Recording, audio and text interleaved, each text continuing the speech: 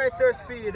The winning run gets stopped here, but you created a number of chances to get something positive from this game. How disappointed not picking up something positive? Well, that's the most disappointing thing. We created so many chances.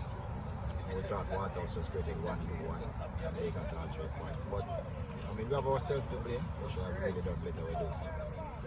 How would you describe your performance in front of goal this season? Oh, woeful. Uncharacteristic of what we are likely to do. And it's not just the shooting, but also the crossing, because we got a lot of those stuff inside the 18-yard box that we should have done better.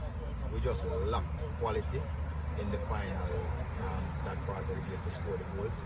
But I also must commend the goalkeeper. I thought he made some stupendous saves too, so I've put our hats off to him. Do you think decision making in the final third was an issue today in terms of people being more unselfish and giving people in a better position chances to score tonight?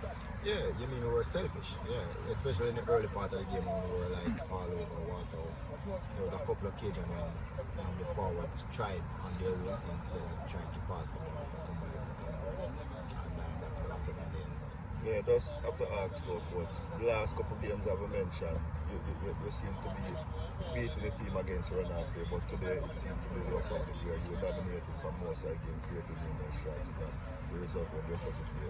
No, I wouldn't say we were beating the team against Rudolph. I would say we're comfortable playing without the ball.